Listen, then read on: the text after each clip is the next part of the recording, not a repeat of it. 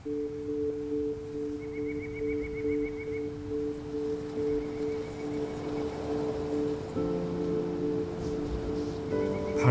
কিছু সুন্দর জায়গার মধ্যে হিমাচল প্রদেশ অন্যতম। প্রকৃতি এখানে যেন নিজেকে উজাড় করে দিয়েছে।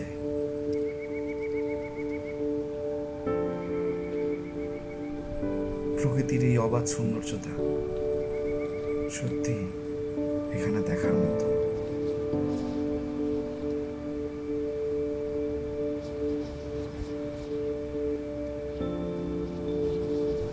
কি করে যে ঘড়ির কাঁটা বয়ে যায় এখানে বোঝাই যায় না।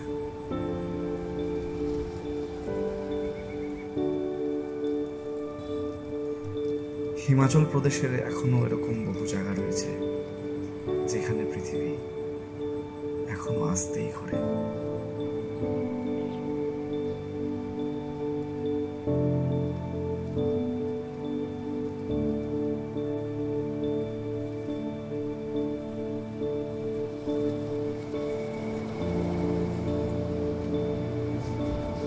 এখানকার গাছপালা, বাড়িঘর, প্রকৃতি সবকিছুই যেন মিলেমিশে একাকার হয়ে গেছে।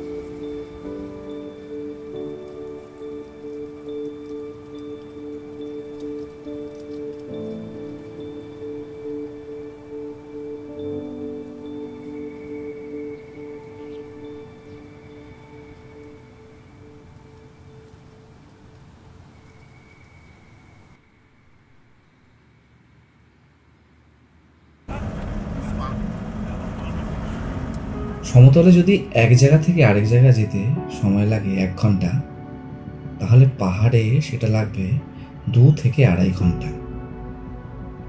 সেরকমই ছিল আমাদের জার্নিটা, যেটা ছিল সিমলা থেকে সাংলা অব্দি। সাংলা হিমাচল প্রদেশের কিন্নর ডিস্ট্রিক্টে অবস্থিত। সিমলা থেকে সাংলার দূরত্ব প্রায় 250 কিলোমিটার, যেটা অতিক্রম করতে প্রায় 10 ঘন্টা সময় লাগে। তার সঙ্গে থাকে পাহাড়ের কঠিন পথ এবং উঁচু উঁচু খাদ। কিন্তু এইসব তখনই আপনি ভুলে যাবেন যখন দেখবেন দুপাশের মনমুগ্ধকর প্রাকৃতিক দৃশ্য, বরফে ঢাকা পাহাড়, বয়ে আসা বাঁশপা নদী। যতই আমি এগোচ্ছিলাম ততই যেন আমার কৌতূহল আরও বাড়ছিল। এটা আমার জীবনের অন্যতম একটা সেরা জার্নি ছিল।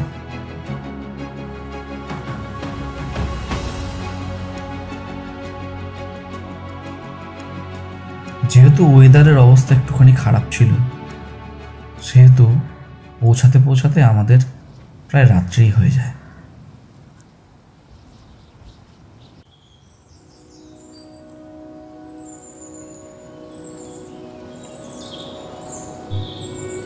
পরের দিন সকালে পাখির ডাকের সঙ্গে ঘুম ভাঙল। বাইরে বেরিয়ে যেটা দেখলাম সেটা আজ আপনাদের সঙ্গে শেয়ার করব।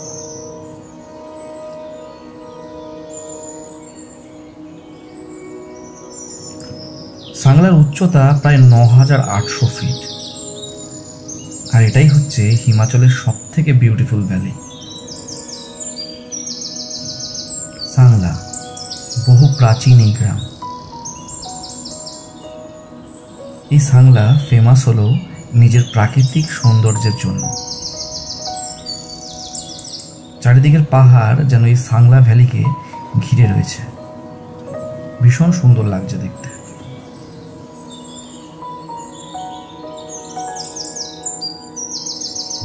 চারিদিকের গাছপালা আর ঠান্ডা হাওয়া যেন মন মুগ্ধ করে দিচ্ছিল।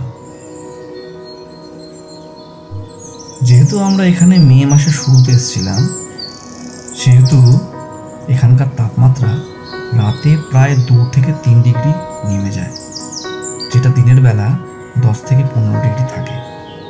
আজ বৃষ্টি হয়েছে, তাই তাপমাত্রাটা একটু বেশি কম।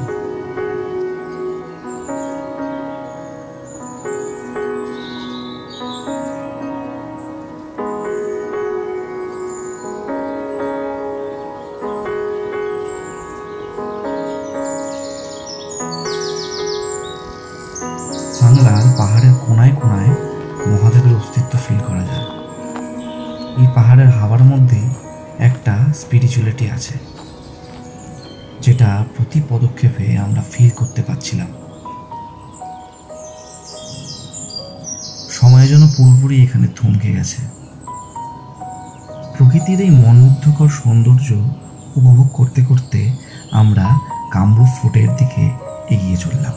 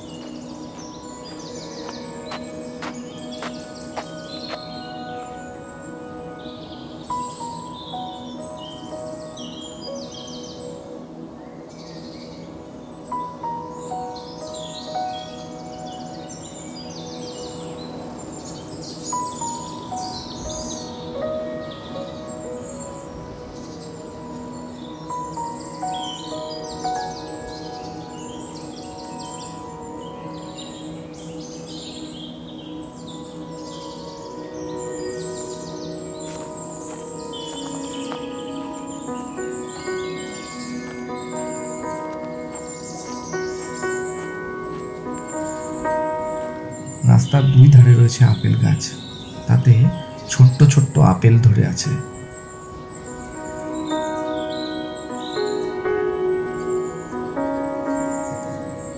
এবার দেখলাম সামনে সিঁড়ি রয়েছে। ফোর্টে যাওয়ার জন্য 500টা সিঁড়ি চড়তে হবে।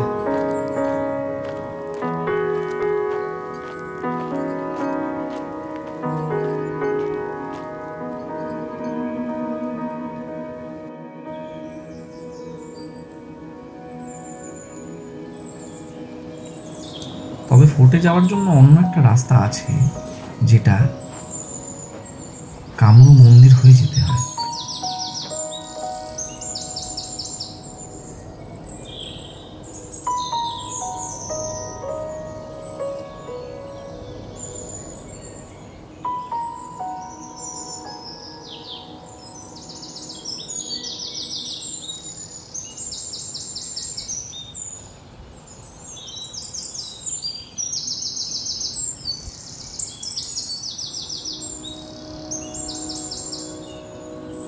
এই রাস্তার ধারে রয়েছে রং বেরঙের কাঠের ছোট্ট ছোট্ট বাড়ি, যেগুলো এখানকার সৌন্দর্য আরো বাড়িয়ে তুলেছে।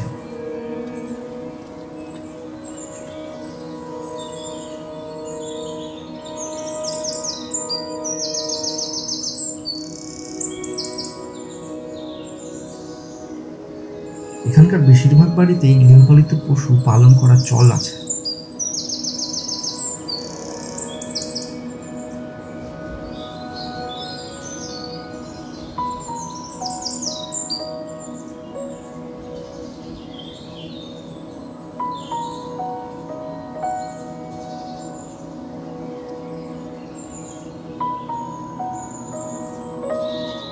পাহাড়ের এই অলিগুলি পার করে অবশেষে আমরা পৌঁছালাম কামরু ফোর্টে।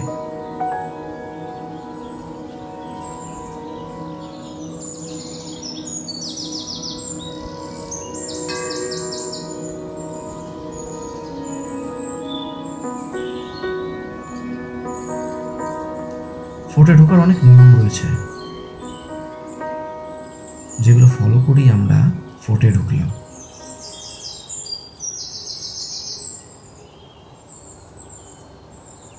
দেড় হাজার বছর পুরনো কামরূপ ফোর্ট,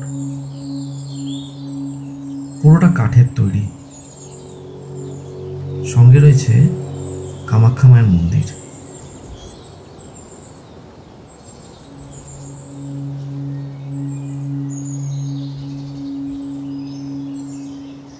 এখান থেকে সাংলা ভ্যালি এবং কিন্নরের বরফে ঢাকা পাহাড়ের মায়াবী রূপ দেখা যায়।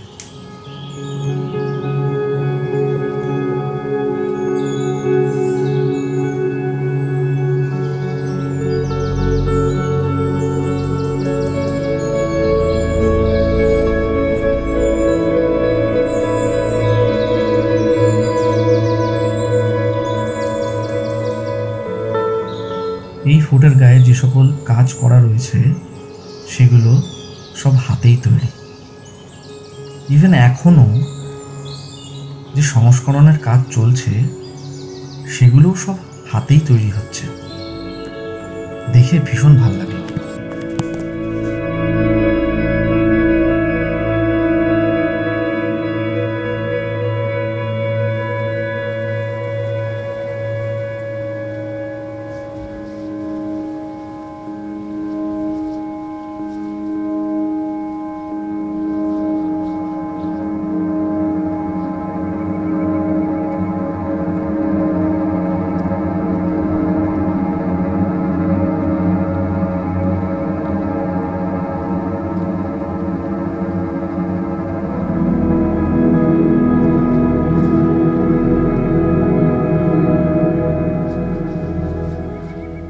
ফোর্ট থেকে বেরিয়ে এবার আমরা চললাম বদ্রী বিশালজির মন্দিরের উদ্দেশ্যে, যেটা ফোর্ট থেকে প্রায় 100 মিটার নিচে।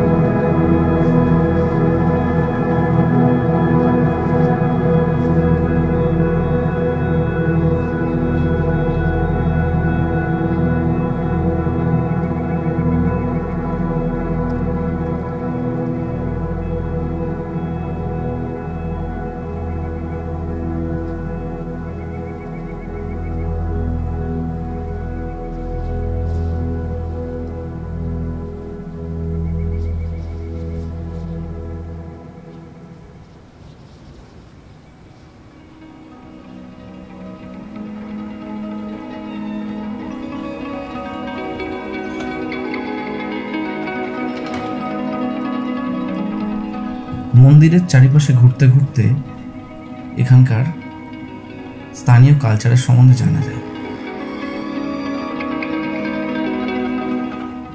এখানকার মানুষরা ভীষণ স্পিরিচুয়াল।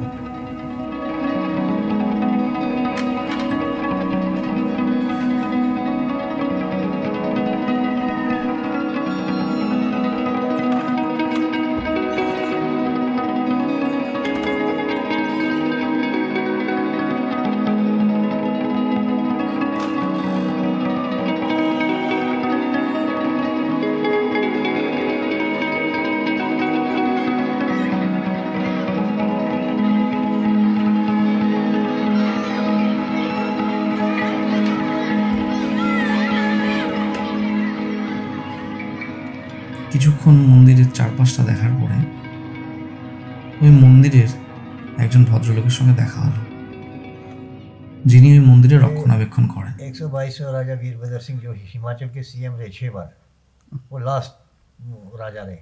अच्छा, तो मान के चलो एक 25 साल भी हो तो कितना साल हो गया। और गांव कितना पुराना है? वही गांव ही बोल रहा हूँ। हाँ। जो किन्नौर का जो राजधानी था ना, यही था कामरूप गाँव। अच्छा, यहाँ पर राजों का ही शासन चलता था। अब बाद में जब सरकारें आ गई, ये सब बीजेपी कांग्रेस जो भी है, राजों का शासन में वीरभद्र सिंह 122 या 23 राजा है। और कितने साल हो गए? कम से कम 6,000 साल से भी ऊपर होगा।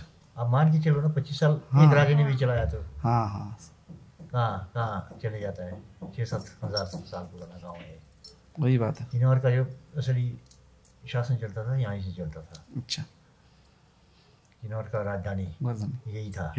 हाँ, अब तो रेकानपी हो गया ना, सरकारों ने बना दिया वो। अच्छा वही हो गया। हाँ, thank you uncle ji, thank you so much. উনি এবার ওনার নিজের বাড়িতে আমাদের নিয়ে যাচ্ছেন ওনার বাড়ি ঘর দেখানোর জন্য। क्या करते हैं हम, हमारा वंश करता है। जो बद्रीनाथ जी का जो पूजा होता है ना, वो हमारा वंश करते हैं, बाकी कोई नहीं करता। ওনার বাড়িটি ভীষণ সুন্দর, একদম পুরোনো দিনের। হ্যাঁ একদমই। কিছুক্ষণ সময় আমরা ওখানেই কাটালাম।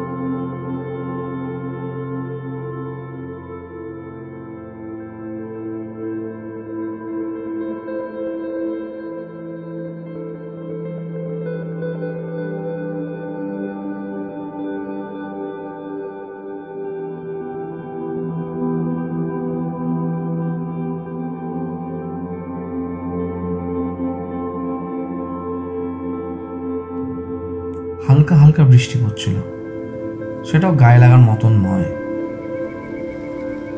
আস্তে আস্তে আমরা পাহাড় থেকে নিচে নেমে এলাম। পাহাড়ে ওঠা যতটা কঠিন, পাহাড় থেকে নামা ততটাই সোজা। তাই বেশি সময় লাগলো না পাহাড় থেকে নিচে নামতে।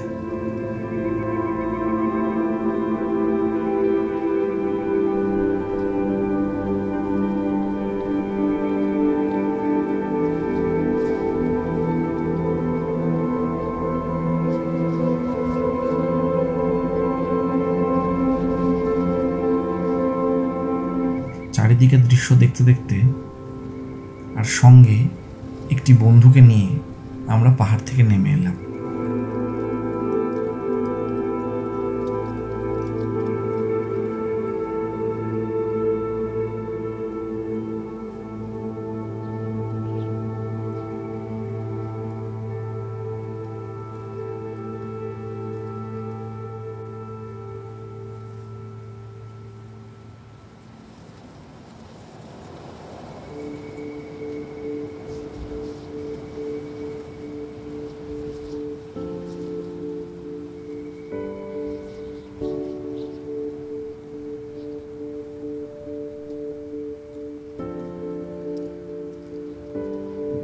পাহাড়ে গেলে এরকম ছোট ছোট বন্ধুদের সঙ্গে আপনাদের আলাপ হবেই হবে, কারণ ওরা মানুষ ভীষণ ভালোবাসে।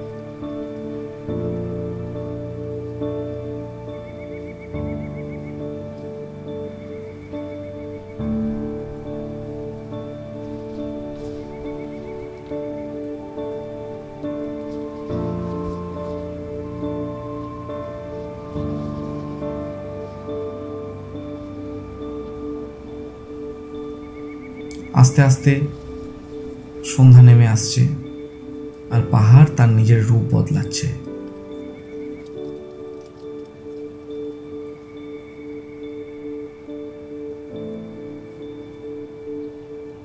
ঘরে ঢোকার পালা এবার আমাদের, কিন্তু যেন ঘরে ঢুকতে ইচ্ছাই করছে না।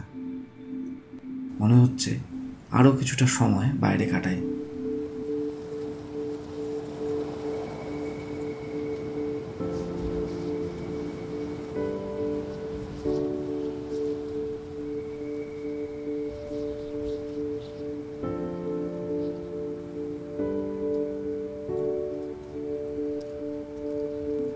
ভাবলাম একটুখানি সাংলা মার্কেটের দিকে যাওয়া যাক।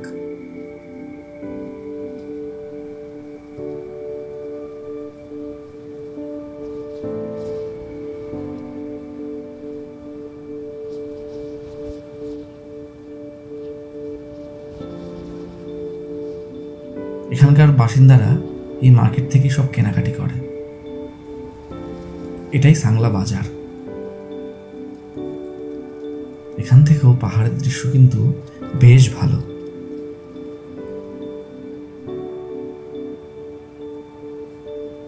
ধীরে ধীরে রাত্রি নেমে এলো, চারিদিক অন্ধকার হয়ে গেল। এখানে সূর্য একটু দেরি করেই ডোবে, প্রায় 7:30 থেকে 8টা বেজে যায় পুরোপুরি অন্ধকার হতে।